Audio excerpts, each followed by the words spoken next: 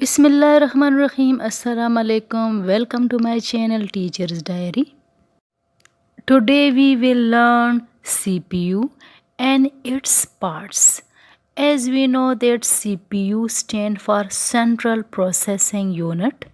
The Central Processing Unit is called brain of the computer because all the processing is done by this unit of computer system. It supervises all the operation of computer system. That's why it is also called supervisor. All the calculation like mathematics calculation are done by this system. It also play songs, play games, and all the function is done by this part of computer system.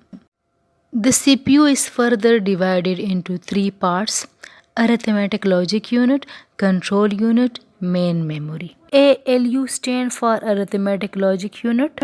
It is the major processing unit of the CPU. All the mathematical work and comparison work is done by this unit of CPU. By arithmetic, we mean that all the mathematical calculation like addition, subtraction, division is done by this unit, and also comparison problem like if A is greater than B is also processed by this unit.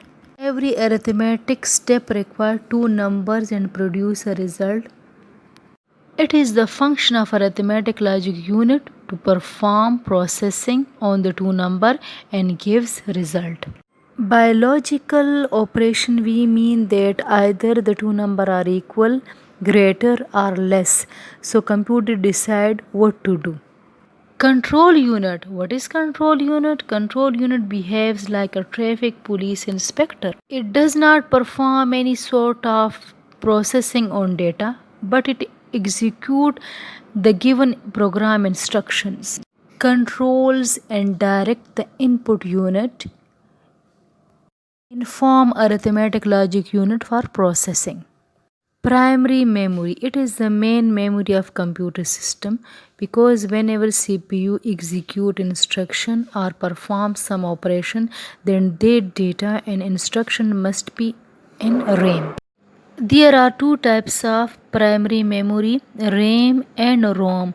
RAM stand for random access memory and ROM stand for read only memory. Information stored in RAM can be accessed easily and randomly, and that's why it is called primary memory and random access memory. In this memory, the data can be changed, erased completely, and can also be read. RAM is also called volatile because whenever light goes or we switch off the computer, then the data and program is disappear. The information stored in ROM is permanent and is not lost due to light failure or switching off the computer. The data can be accessed or read anytime but cannot be changed or removed or written to it.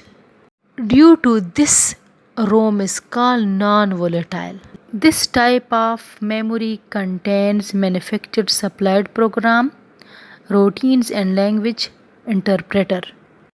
BIOS, an important program, is also reside in ROM. I hope that you have learned from this video. Allah Hafiz. Thanks for watching.